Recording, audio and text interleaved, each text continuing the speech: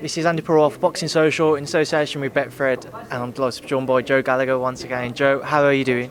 Yeah, not too bad, mate. Like I say, it's the night before the big fight. Weigh-in's done, press conference is done, and just come back from having some to eat with Anthony, and he's a good place, and we're looking forward to doing a good performance tomorrow night. This is it now, like you've said on numerous occasions to me, your last fight together, Anthony's last fight completely as he's preparing for retirement from professional boxing.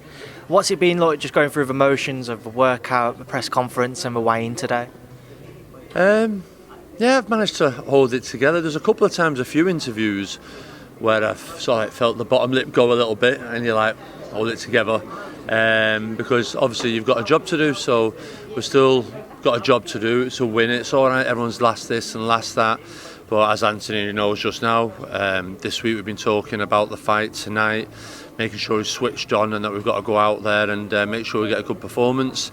But yeah, me and myself, like I say, last presser yesterday, weighing on the scales, having these fans coming out for Anthony and being part of that, it's like, wow, I wonder when will be the next time this happens in Manchester, who'll be next from Manchester to carry the baton. So I'm sure it'll be emotional tomorrow night, but first and foremost we've got a job to do and go in there, get the win, and then afterwards then I'm sure there'll be a few tears shed.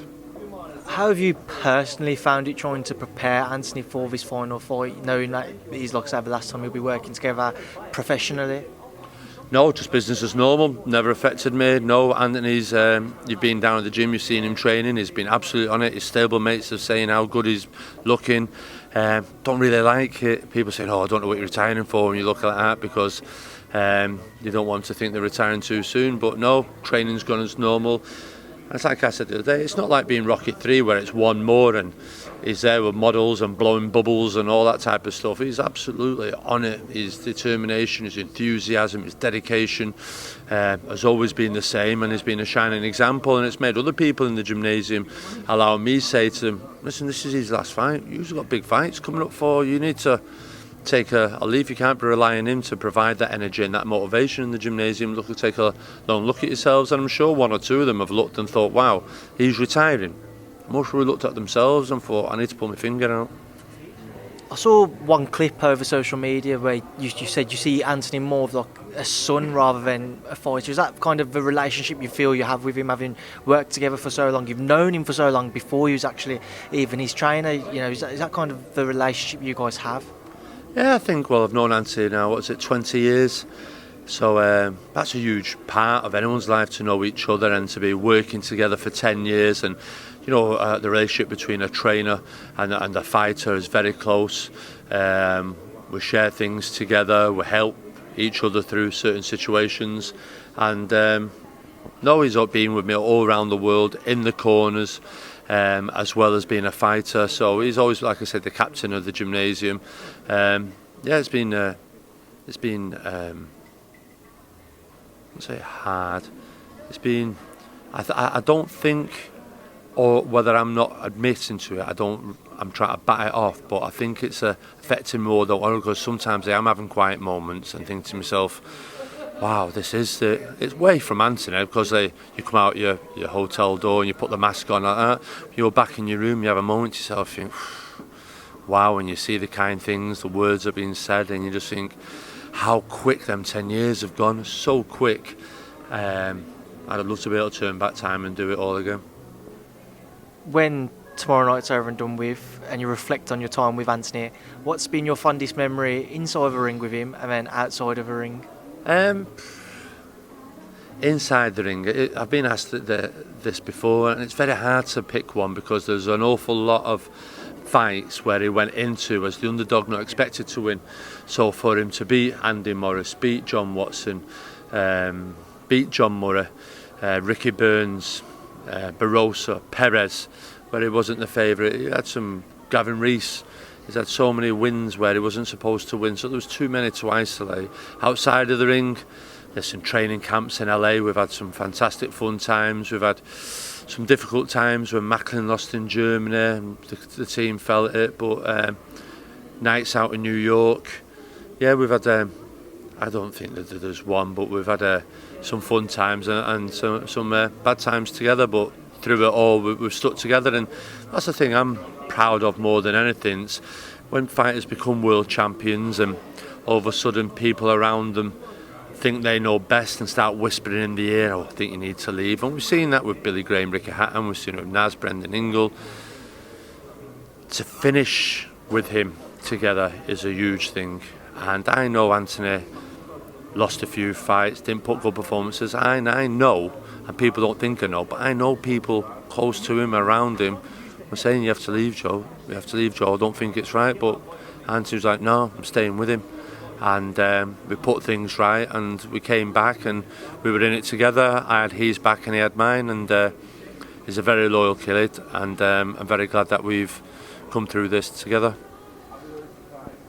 When you consider how long you've been with Anthony, the Smith brothers, amongst others, is it kind of almost like you might also be hoping you might set that trend that fighters may stick with their trainers through the losses, through the bad times, because as we've seen in Anthony's instance in particular, a loss doesn't mean the end of the world, as he's gone on to achieve so much in the sport.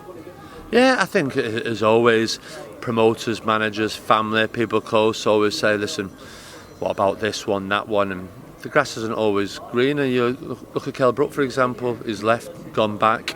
But I understand it's a fighter's career. I understand they want to do what's right for them, what they think's right for them. But I did a podcast with Macklin today, and like he said, he'd been with Buddy McGirt and Billy Graham.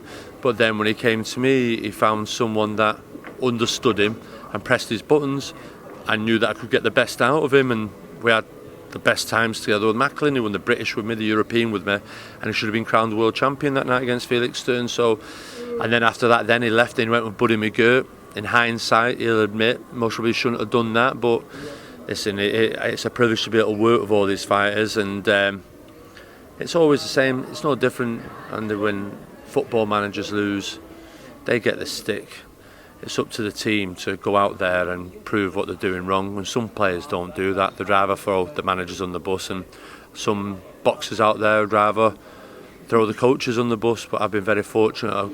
I'm working with a great group of fighters that I have their back and they have mine. I asked you what your fondest memories inside and outside the ring with Anthony were. If you look back, if there's one thing you could change during your time working with Anthony, one thing that you could maybe wish you did differently, what do you think it would be? I think it was going out for, I forgot what round it was now, in the first fight with Derry Matthews, and I told Crolla'S to change his feet up close, and by doing that it allowed Derry land the uppercut, and that killed me, that. But I vowed that night to come back and put it right, and we did, and I've paid him back, and the fact that he came back and won the world title, defended it against Bro. So but you learn from them things, and as a coach you've got to understand and take responsibility. Anthony will turn around, no, I didn't think it should be stopped in the night, but listen, what I said in that corner had an effect, and that's hard to live with sometimes, but I feel I've exercised that now with what Anthony's gone on to achieve since. Obviously tomorrow night, as we said, the last dance. Frank Okuiaga, it's the only time I'm going to try and pronounce his last name in this. I'm just going to refer to him as Frank from now on, Joe. But how important is a win to provide Anthony with that closure from the sport? You know, say if things didn't go to plan tomorrow night, is there any concern that Anthony might say, like, Joe, I can't go out with that, I can't go out with a loss, I need one more, I need to go out with a win? Is there any concern in your own mind that might happen? No, Anthony's assured me, promised me. That's why he was so vocal in the announcement of this fight, that this was his last one. But that's why he's trained as hard as he has to be able to go out on his last one. A year ago, Anthony last fought at the arena, and he was in his world title final eliminator against Dow Jordan. And I said beforehand, this is a hard fight. This will be a points grueling hard fight, and it turned out that way. I think tomorrow night the same thing again. I think it's got to be a hard, grueling 10-round fight. Frank's coming hugely motivated. He's challenged for the European title. The one time he has stepped up and was unlucky, lost by a couple of rounds of scorecards, but acquitted himself well in the step up. This is a huge chance for him. Then most we watch Lomachenko and see Anthony getting knocked out. They see the wear and tear, but they see Anthony's world rankings and think, God, we beat him, we've got a great chance. There's no pressure on them. The pressure's all on Anthony. But when you look at Anthony's career, he's always bounced back. He's had that, people haven't said it for a long time, that bounce back ability about him, and I think that's what we'll see tomorrow night. He wants to come back. He's certain from the loss from Lomachenko and wants to go in there and put a huge performance in, and he's so driven and single-minded like he was for the Perez rematch for this, that I'm looking forward to a good fight with him tomorrow night. Has it surprised you at all just how relaxed and calm Anthony's been in the build-up to this, once again, knowing it is his last bout? Has he surprised you that when I went in the gym last week, it just looked like he's rolled back for years? Yeah, lads in the gym keep saying he's rolled back the years in the way that he's performing.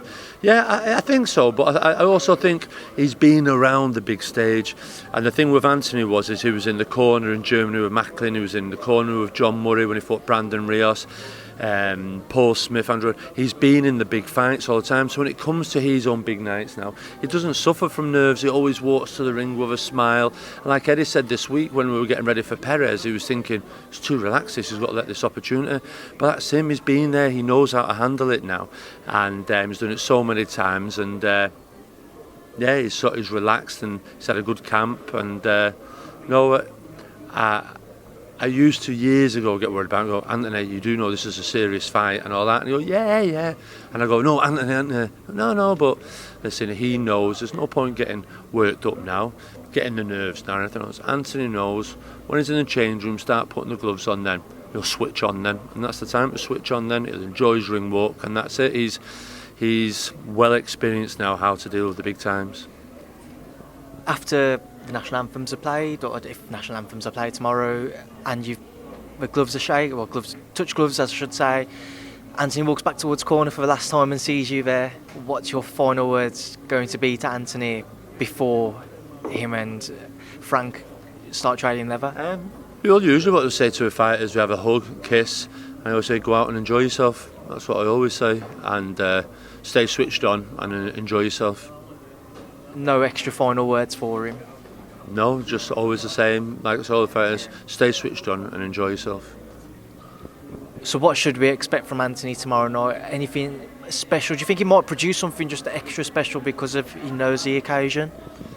May do, the crowd getting behind him. What I've got to be careful though is that he isn't trying to please the crowd too much and he's straying from the game plan and everything that was set off, and that he isn't fighting, as he's talked about, on emotion and the boat roll of the crowd. And I know certain fighters, the crowd goes quiet, they think, the crowd's getting bored in, I've got to do something, and then they do something, and then they get caught with a silly shot just trying to please the crowd. He's first and foremost got to go out there, stick to the game plan, get the win, and then afterwards celebrate afterwards. But he can't stray from what we've worked on trying to do anything silly, because Frank's not bad. He's got a good right hand counter, moves well, always on the front foot, will be putting Anthony under pressure, and he's not got to take things lightly or get too complacent in there. Like I say, he's got to stay switched on and treat this as like it's a world title fight. If you had the chance to be away from tomorrow, but say if he was Crolla in his prime, you look at any of the lightweights out there now, including Lomachenko and Linares. I know Linares has moved up, but anybody who has fought at lightweight during Anthony's career, you look at who's out there now. If you had the chance to fight one of them and Anthony was in his prime, who would it have been? That's a tough one, because Linares was good. Don't go nowhere near Lomachenko. Someone that we haven't fought that was in the prime. Well, do you know, I would love to have seen Anthony and Kevin Mitchell fight. Yeah. That would have been a great fight. There was talk of it, and you had the North popular kid, the South popular kid. That would have been a good fight. I think domestically he's fought everybody, your Gavin Reeses, your Ricky Burns, John Murray's. So the one kid that he didn't fight, and that's why I want Anthony to retire, because that era of lightweights, Gavin Rees, Derry Matthews, Kevin Mitchell, John Murray, they've all finished now, and hopefully Ricky hands it up now. I think Kevin Mitchell was the one that we didn't fight, and I think him and Kevin Mitchell would have been a good domestic, good showdown fight. Obviously us beating Barroso, after Barroso beating Kevin, would have been good. But then for an international fight in the prime, I much would like to have seen Castidis and Crolla. I think that would have been a barnstormer. Or Brandon Rios was another one as well. Some interesting fights there, Joe. Definitely. I think in particular the Kevin Mitchell fight I would have loved to have seen if it could have been made. Now, Kevin, if you're watching this, there's no comeback, so calm down. That's it. We're just saying that's the one fight between amongst all of them, because everyone fought everyone, but them two didn't, and it's just a shame. They were so close, but yet so near. I'm trying to think what else to ask Anthony related, because I know that it's again just been such a huge part of your career working together. What is Anthony going to be like after boxing? How do you think he's going to handle knowing he won't be stepping back into the ring? I think that won't hit him till February, March time next year, when he's had his few months off and he's thinking, I should be getting in the gym now. But I think Anthony will be popping in the gym. He'll still do 1 or 2 workouts. He'll be in the corner with me for Callum Smith's fight in Liverpool. He'll be in the corner when Liam Smith fights, with Jose Burton. So he'll be in the corner with me like he always is. He's got his own fighter that he's training now. He'll mostly do pundit work. I think he's a fine example for the current generation of fighters and the current fans, because you've got to remember, whether it be Sky or anyone else, but this generation of fighters now, they don't remember Glenn McCrory, they don't remember Johnny Nelson fighting, so they want to be listening to people who someone's relevant.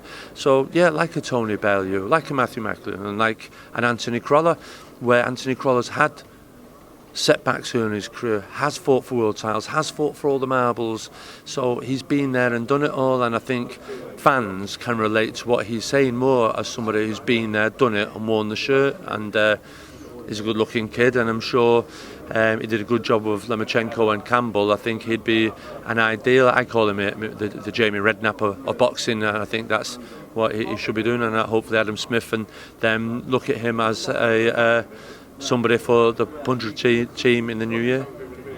I know it isn't something that you're even going to want to consider or even going to want to think about, but let's just say February, March time comes around and he just turns around and says, Joe, I've got to get back in there, I need to have one more fight, or I just need to give it another go, whatever, just if he was to come to you say, I want to get back in there.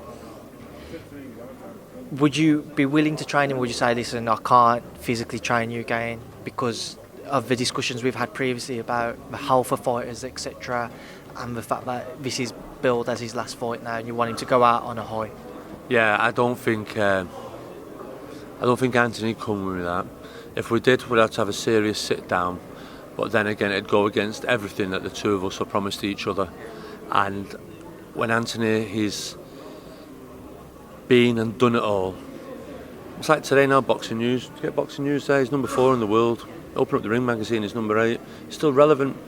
But like I said to you, there's some hungry wolves now. Your Lopez, your Devin Haney's, Javante Davis, some good Russians coming through.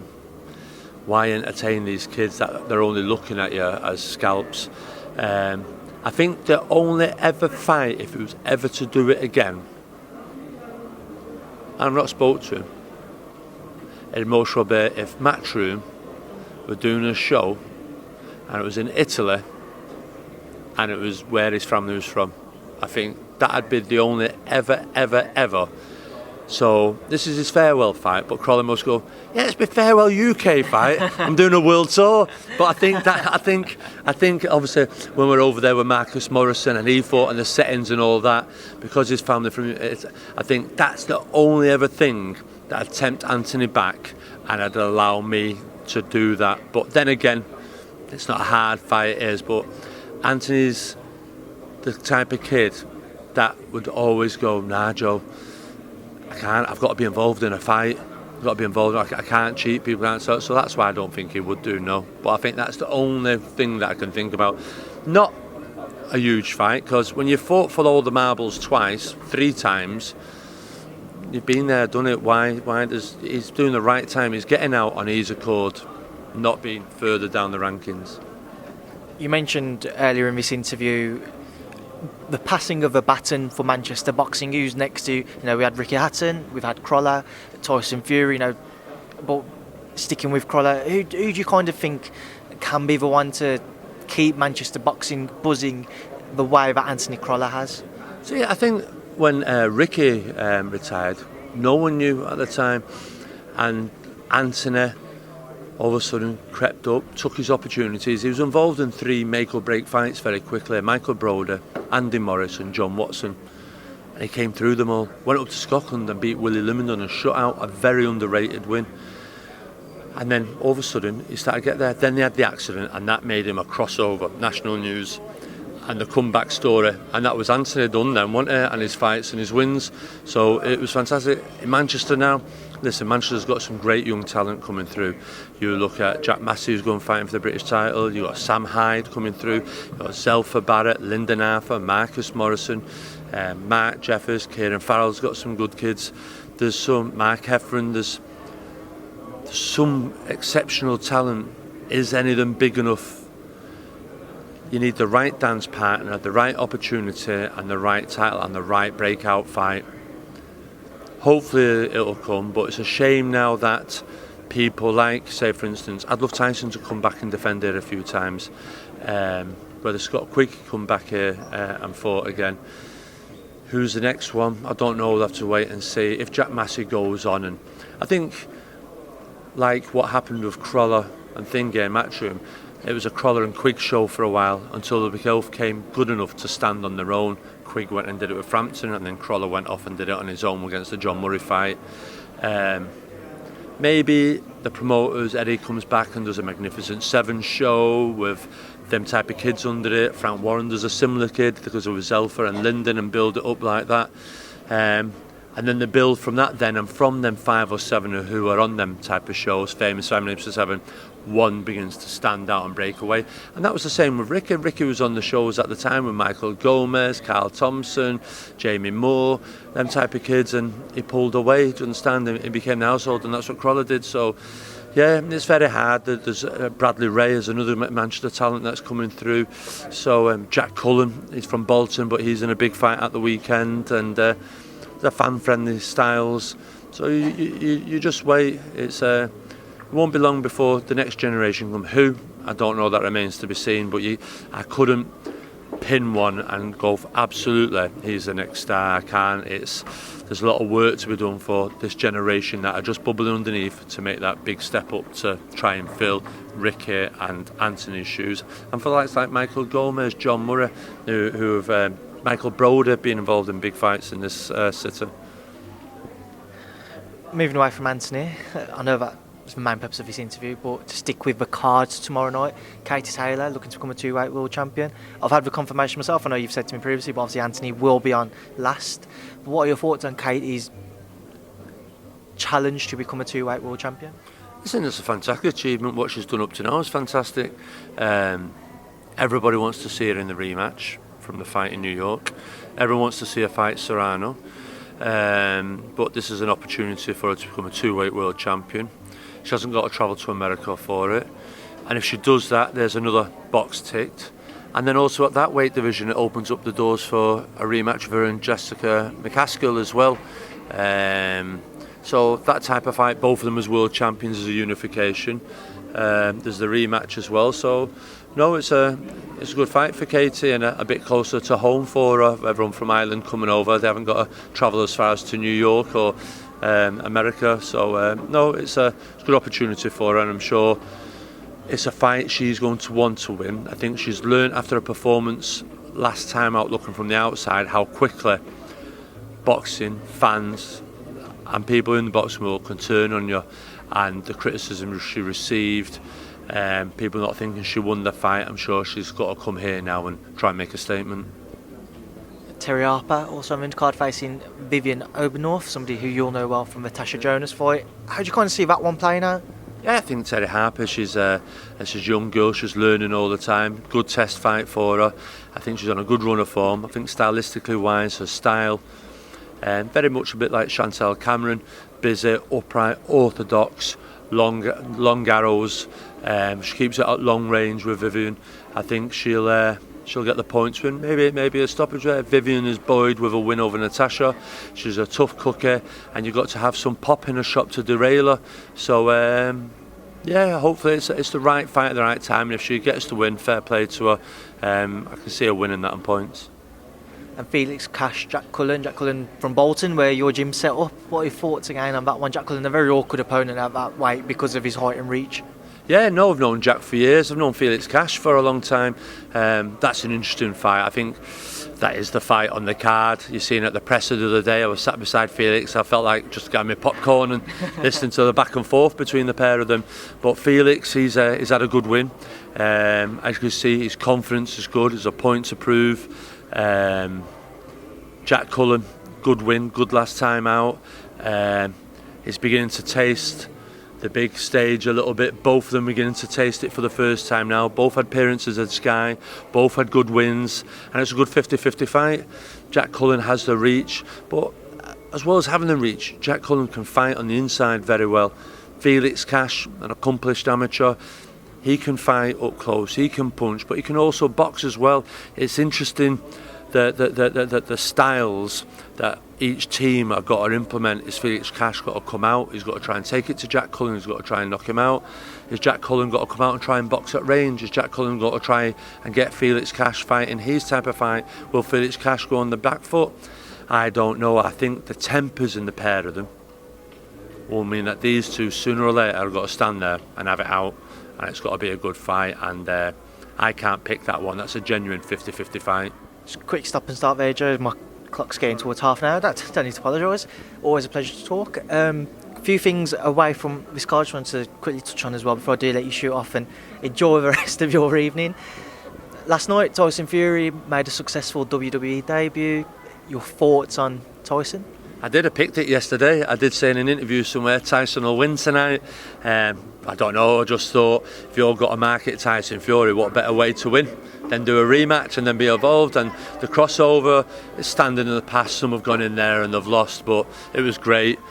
It's Tyson, isn't it? It's pantomime. Obviously you've seen him hero do the Batman. I think it's great, but from what I've heard today now, you have to get me wrong, they've not allowed WWE leave Saudi Arabia now, have they? What, as in everybody who's associated with WWE who went out for the fight? That's the first I've heard. I haven't seen anything there. Oh, that's what I've heard today, because girls took part in an undercard event. That's what I got told today, so I'm like, wow. So, yeah, so I don't know. I've not checked, but someone said that to me today. I don't know how true it is. So I do know because of the Matchroom show coming up and that the people are going out there. Listen, you've got to understand as well, you've got to respect. Callum Smith went over there and fought George Groves, and I don't think George Groves' wife went. I know Callum Smith's girlfriend didn't go, I don't think, but the sister did. You've got to be respectful when you're in somebody else's country, and if that's the laws of the land, you have to abide by it. You can't walk in, come in there and ride roughshed. You've got to be polite and courteous, and we had an amazing experience over there. They treated us like Callum Smith, like royalty over there, and like I say, if you abide by it, there's no problems. But if they think that they're going to go over there and they can do this, or they can drink, or they can hold hands, or going to Starbucks, for example, the left hand side is male, the right hand side is females and family. Do you understand? With wife and children, you have to respect that. That's their culture. So if you go and do that, you'll have a great time and a fantastic time. But if you try and not do that, then you're asking for it. It's just polite. It's just manners, as the saying goes. When in Rome, do as I say. Do you understand? So yeah, it'd be interesting to see that now. I've not checked social media, but that's what I got told today. So that could be the sour note on it. But I think for Tyson Fury, I think it was a great move on him. And yeah, who's to know what next? He could be in the cage next against whoever. Do you know what I mean? WWE next for him. That's what I was about to say. You know, not after, but before the fight, he said that he was willing to go into MMA. He's spoken to Conor McGregor about possibly training him for an MMA bout. Again, your thoughts if Tyson was to decide to go down into another sport? Yeah, I think. I don't know whether he'd be good at the kicking. He's good at the movement with the feet, but Tyson's a striker, and I don't think he's a grappler. But like I say, he might like that pushing and pulling and grappling, and that's ticking his box. And you know the big thing about this, Andy, the big thing about it is he's enjoying himself. What a different person he is from where he was years ago. He's enjoying himself. He's relevant in boxing. He's relevant on the world stage. He's enjoying WWE. All that stuff is in a happy place, and that's a great place first and foremost to see Tyson Fury, everything he's gone through, to see him a happy man and enjoying himself and enjoying life. Moving away from Tyson, this coming weekend, I know I've had a prediction off you previously, but I'll ask you again, Canelo-Kovalev, any change in opinion as to how you kind of see that fight playing out? Do you know what, I keep changing my mind. because after the Yarde fight, everyone goes Canelo. But you've got to remember, this is the same Canelo that struggled at lower weight. Do you understand? On points, Lara, Trout. I mean, you just think Kovalev is big. And the problems with Andre Ward, dropped Andre Ward, Kovalev can punch. The thing that sways it to me that they've sparred in the past, and Canelo years ago wouldn't take a risk if he didn't think he had it in him. And it's very quick to go, we'll fight Kovalev, we'll fight Kovalev. Maybe Kovalev took Anthony Yarde light, and most thought the kid's not fought no one. But now he's had them 12 rounds and he's going straight into another camp. He's on it and he's got the fear factor. So we may see the best Kovalev as the beam. Kovalev has to win by knockout. There's not a cat and else chance he's getting any decision in Vegas. I'd be surprised if he did, but you'd expect where it is, what it means to Canelo to win on points. I won't be surprised if Kovalev, it's hard because we're not seeing him hurt, but Kovalev can punch. He may have moments in the fight, just like Price had last week. I won't be surprised if he wobbled Canelo in the fight. I've seen some rumours and some stuff over social media where Canelo's kind of maybe suggested he'd be willing to move up to cruiserweight. Your thoughts if Canelo was to ever move up to cruiser? Do you think he has it in him to be able to compete at the world level up there? Yeah, well, listen, he could do cruiserweight, and I'm sure they'd get him a cruiserweight that he could fight, someone that he knows that he can beat. Because at the end of the day, as Floyd showed, skills win fights, not weights or fat or anything else. Skill wins fights. So yeah, I'm sure there's cruiserweights out there that he could fight. That'd be good fights for him. I'm sure him saying that they've looked at one or two of them.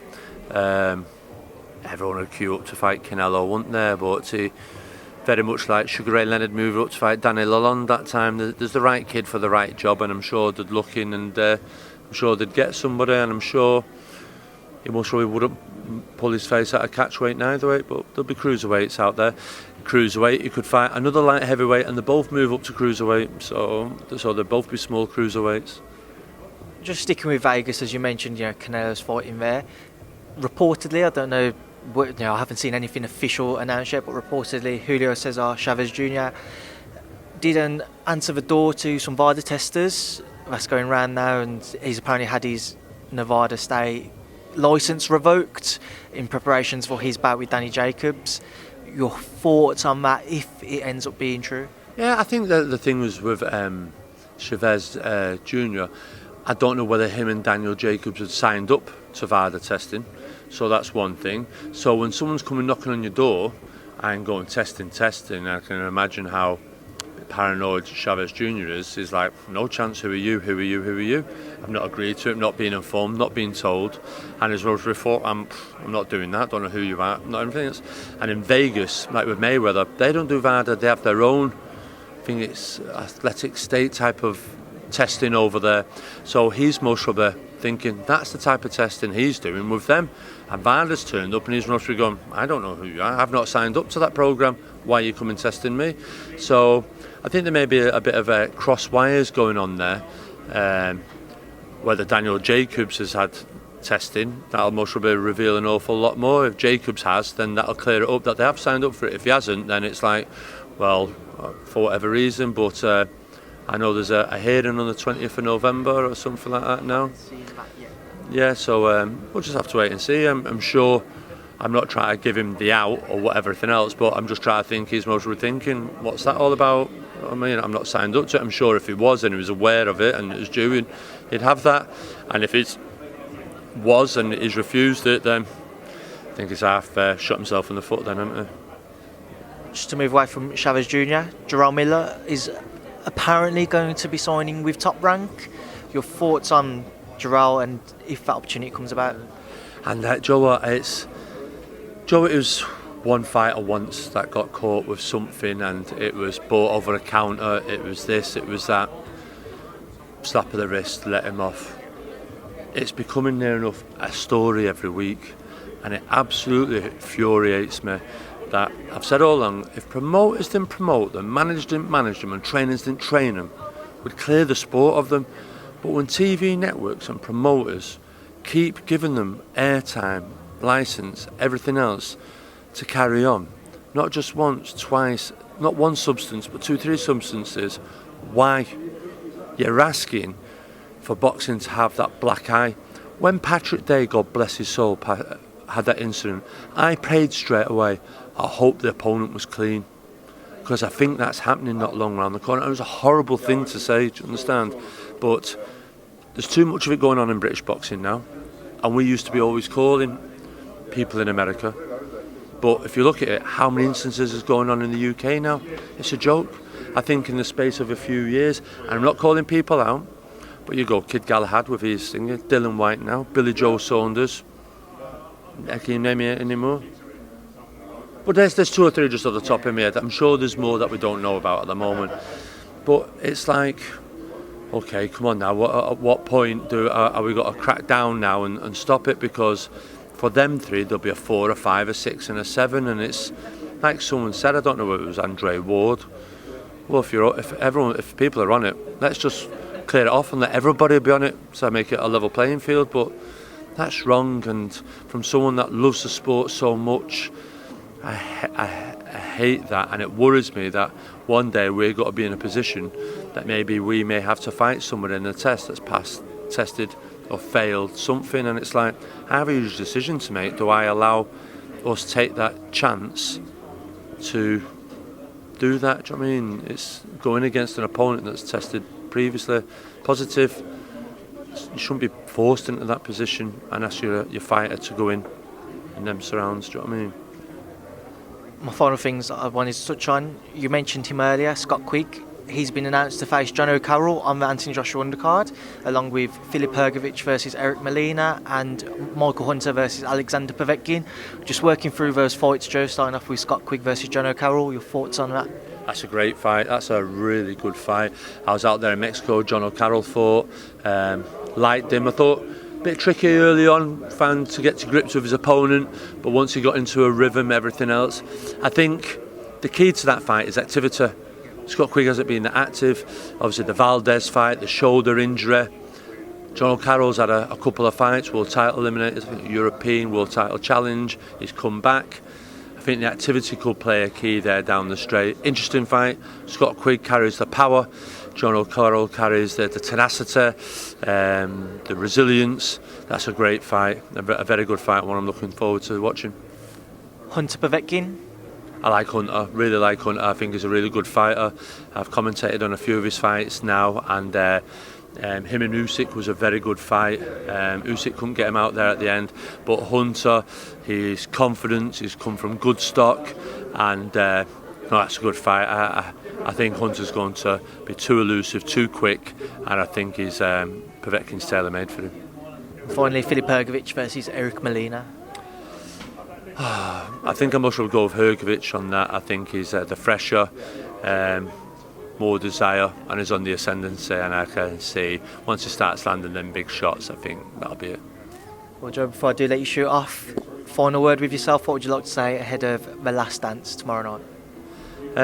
Tomorrow, Saturday, get Whitney Houston on, bit of $1 million bill, get in the mood, turn up, enjoy the atmosphere, because I think it's got to be a long time we have somebody from Manchester headlining at that Manchester arena, and not a lot of people are aware Anthony Crolla'S the only one from Manchester to win a world title at that arena, defend it at that arena, and we've had some great nights, and let's just all go out and celebrate, get behind him when it's going quiet in there, roar him on. It's going to be a tough fight tomorrow night, and enjoy that last dance tomorrow night, and just be able to say that you were there on that last dance.